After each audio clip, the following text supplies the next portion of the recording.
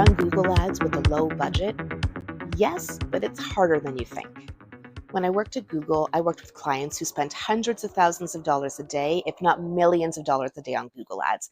And while that may sound complicated and stressful, sure, it was, but that's actually like running Google Ads on easy mode. Because when you're spending that much money, smart bidding works perfectly, and broad match works perfectly, and all the AI works perfectly. Whereas when you have $20 a day or $30 a day, the margin for error is much smaller. It's a lot harder. That's why I wanted to focus today's episode on how you can still drive great results from Google Ads even on a modest budget. Now, for those who are in North America, you know that today is a holiday in the US. It was just a holiday in Canada. Hello, my fellow Canadians. And so I wanted to do something a little different this week. What I'm going to play for you now is a 20-minute workshop I did at the Paid Search Association conference in 2023. Now, before you come for me, I know this is from a year ago, but there's a ton of useful information in here. I've edited out the few pieces that are out of date now, so I hope you'll enjoy these 15 plus tips I can give you to drive great results from small budgets in Google Ads. I'm your host, Jyll Saskin Gales. I spent 6 years working for big brands at Google, and now I work for you. This is Inside Google Ads, special episode 23, Small Budgets, Big Results. Let's have a listen. How can we make sure that we are making the most of small Google Ads budgets? First things first is to get your data foundation in place. A house with no foundation is bound to crumble. And there are a few key things that are, of course, important for Google Ads accounts of all sizes, but I find are often missing from brand new Google Ads accounts or Google Ads accounts from small business owners. So here's kind of the mental checklist I always have in place, and I recommend you have in place as well if you're helping a small business owner get started with Google Ads. First, of course, is conversion tracking. Now, when we're working with small accounts, it's unlikely that we're going to have a tool like Google Tag Manager in place. So the Google channel in Shopify can implement conversion tracking really well. Of course, Google Analytics is a great way to set up conversion tracking. Next is your audiences. Website remarketing, sure, but I also recommend uploading a customer list. Yes, even for small businesses. Although smaller accounts aren't eligible to use customer match in Google Ads because you have to have the lifetime spend of $50,000, which most small accounts don't have, it's still beneficial to upload that customer list, and here's why. When you upload that list, as long as it meets the 1,000 matched email addresses requirement, you're going to get a ton of insights from it, and that can actually help you maximize your budget. I'm going to give you an example of how I did this with a client. I was working with a business that sells secondhand baby and children's clothing online, spending, $30 to $40 a day, very modest budget. We uploaded their customer list of a few thousand customers, and we expected that their top audiences from their customer list would be parents of babies, parents of toddlers, parents of kids.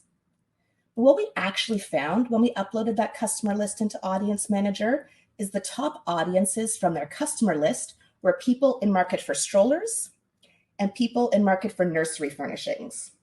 Now, those of you who've been through the process of having a child before may know, when do you buy your stroller or your nursery furnishings? Not when you have the kid, when you're pregnant, when you're expecting the kid. And so this is a really great insight for this business to realize that many of their customers are people who haven't yet given birth. And that totally changed the way we approach their messaging and targeting in their Google Ads. So that's just one example of why it can be really beneficial to upload your customer list, even if you can't use the customer match functionality yet. Two other pieces to your data foundation. First is thinking about attribution. Now, at small budget levels, it's really not going to make much of a difference if you use data-driven attribution or last click or first click. You're probably only going to have one or two campaigns. I usually like to start with data-driven attribution because it's there and it's available, but not going to make the biggest difference in the grand scheme of things at low budget levels. And then finally, the account linking. This is something that so many small business owners miss. Making sure you link your YouTube account to Google Ads so you can have YouTube remarketing lists. So powerful, especially if that business owner is really actively creating content. Linking your Google business profile, linking Google Analytics, of course, linking Google Merchant Center, all of those things together so that all the Google systems can work together and set up your small budget to have maximum success. So first things first, data foundation in place. From there, what I recommend you do when you're working with a smaller budget is optimize for a micro conversion. A micro conversion, what do I mean by that? Well, a micro conversion is a step that a customer must take on the route to conversion. So for example, if the action you want someone to take on the website is make a purchase, that's great. But as a small business owner, maybe you only get a purchase every couple of days. That's not going to provide enough information for the algorithm to learn. So what we can do is say, what is the step that happens before a purchase? Well, before a purchase, someone has to start checkout. Maybe for every 2 start checkouts, we get 1 purchase. So if we start optimizing for start checkout, we'll have twice as much data.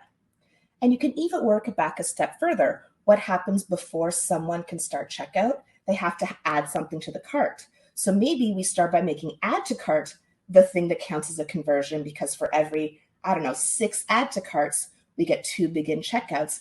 Now we've tripled the amount of data we have. And of course, the more data we're feeding Google Ads, the faster it can learn. So here are a few examples of common things that I will set up to count as primary conversion actions in Google Ads when I'm working with a small budget. Add to cart or begin checkout, as I mentioned, on the e-commerce side.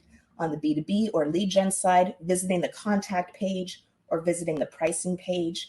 And then if it's a really simple website where it's like a 1-page landing page and there's not really much you can track, even tracking engagement, which you can do in GA4, or time on site, just something to help Google Ads differentiate between who's more likely to convert and who's not, is really going to set you up for success with a smaller budget.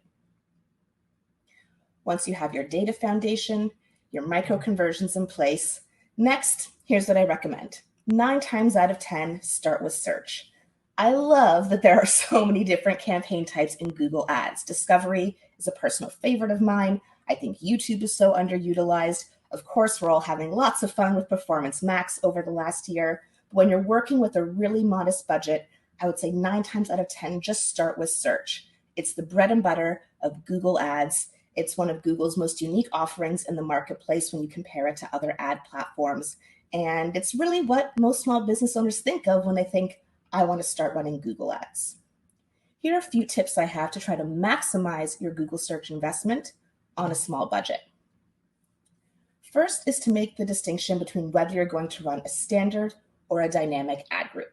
A standard ad group being one where you choose the keywords, and a dynamic ad group being one where Google looks at your website and determines which searches to show ads on based on that. And here's actually a little trick I like to use.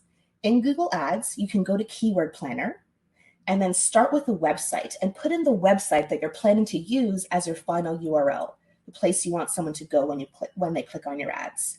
And then see what keyword recommendations Keyword Planner comes up with based on that landing page.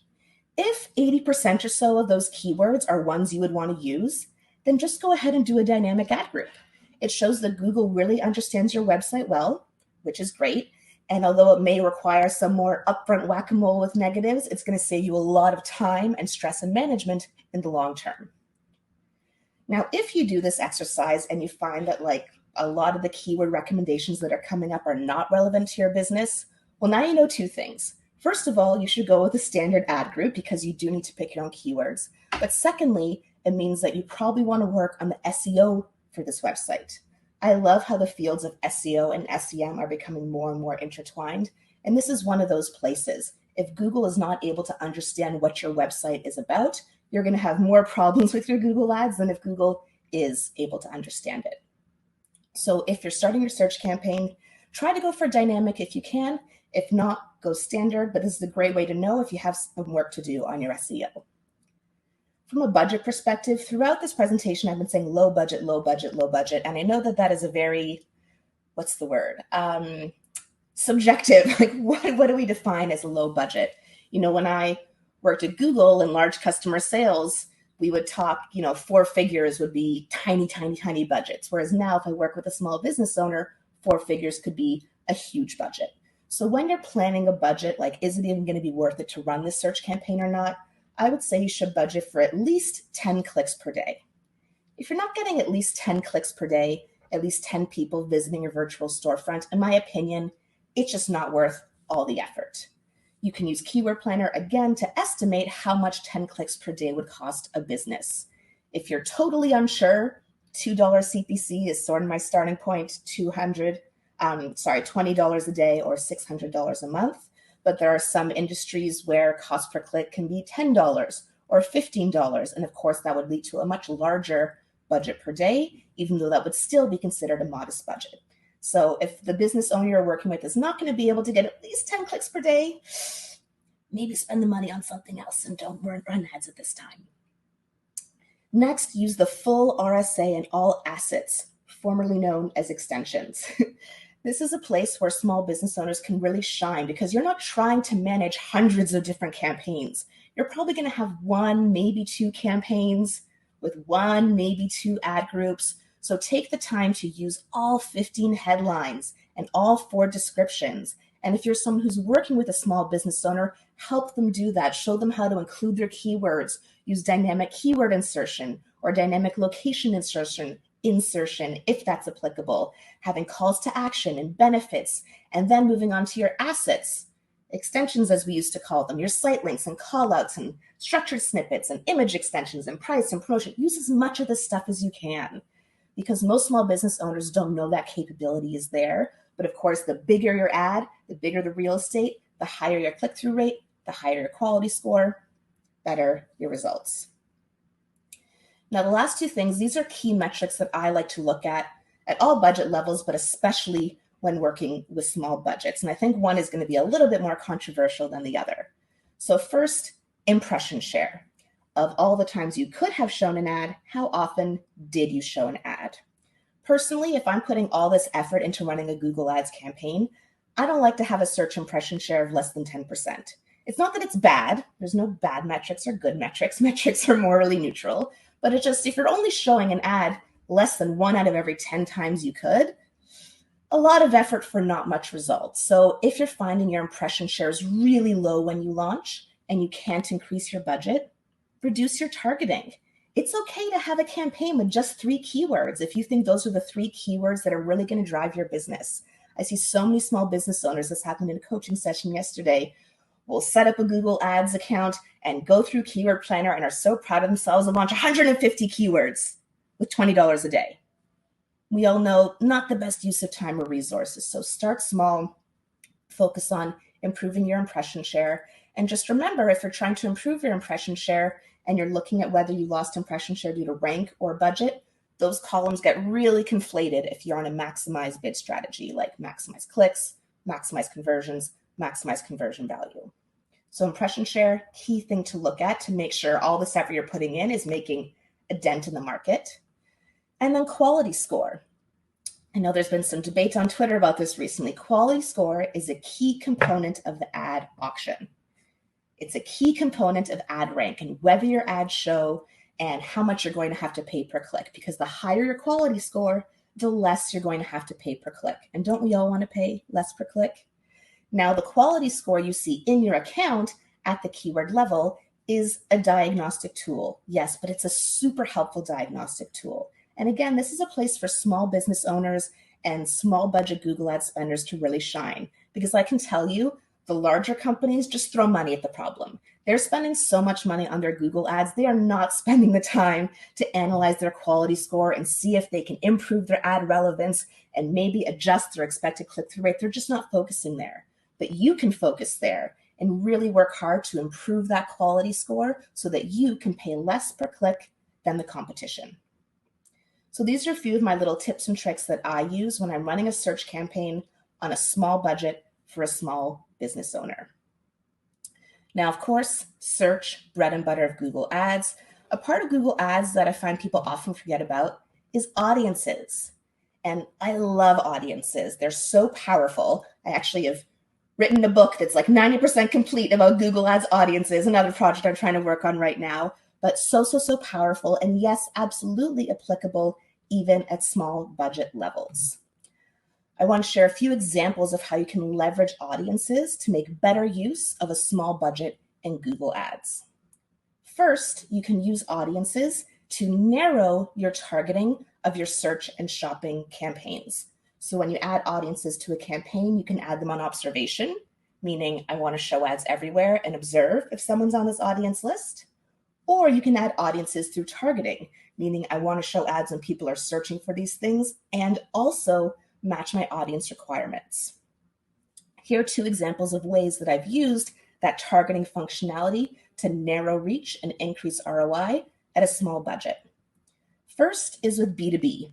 We know it can be challenging sometimes to discern just based on the keyword, like is this B2B intent, is this B2C intent, what are they looking for? So adding some B2B audiences on targeting to your search campaigns mean you're only going to show that ad for accounting software or cloud storage or whatever it is.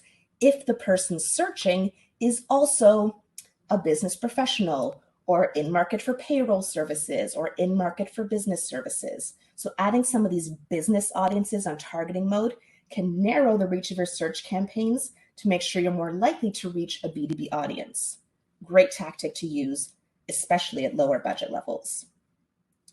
Another way I've used this targeting functionality before is with a shopping campaign.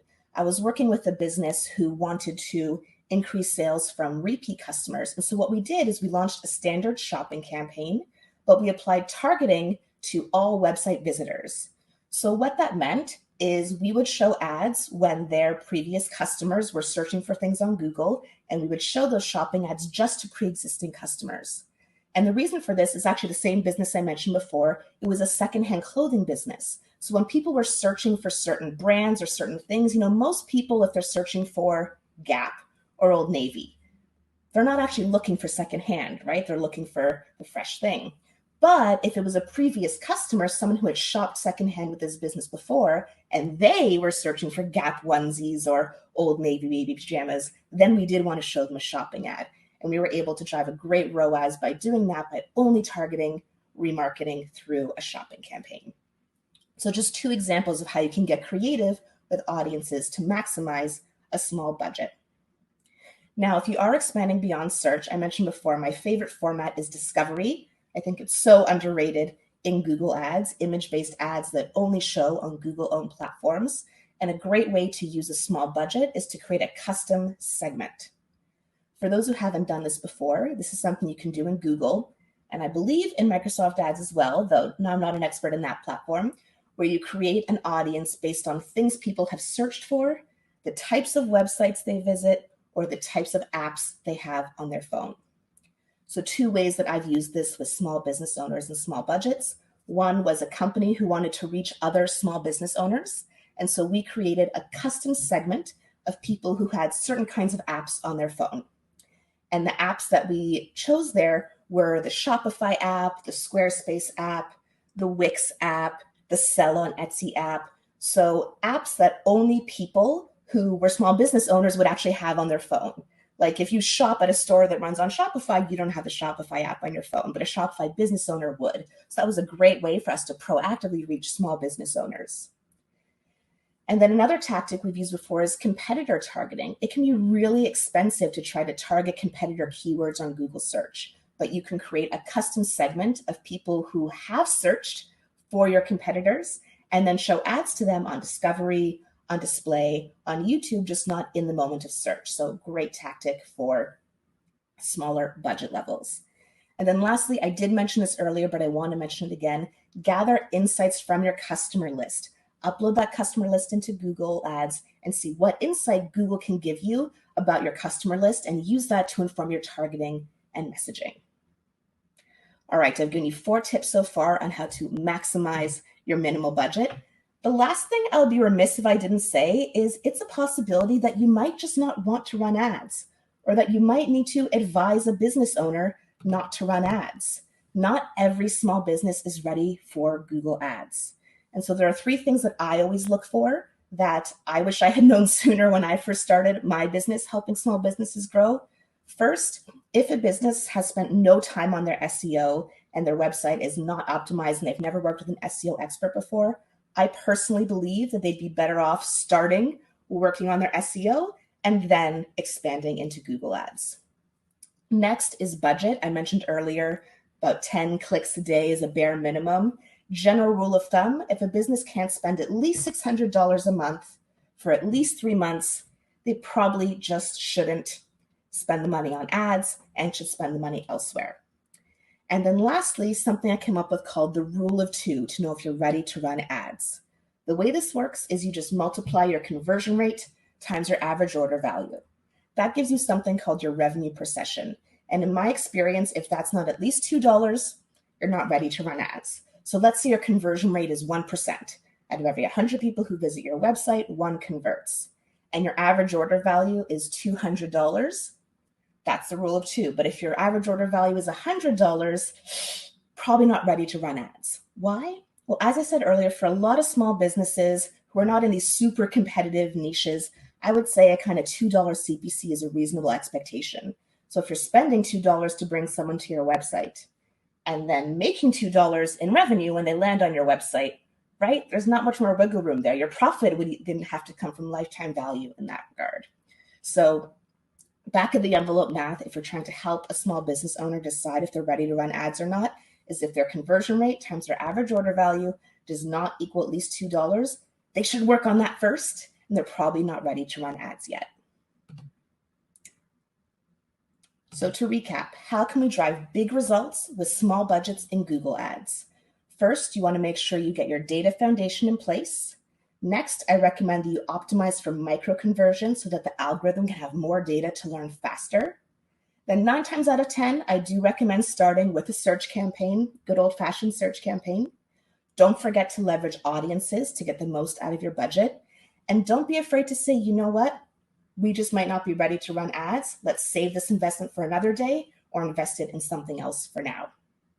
Thanks for joining me for this special long weekend edition of Inside Google Ads. I'm your host, Jyll Saskin Gales, and I'll see you next time.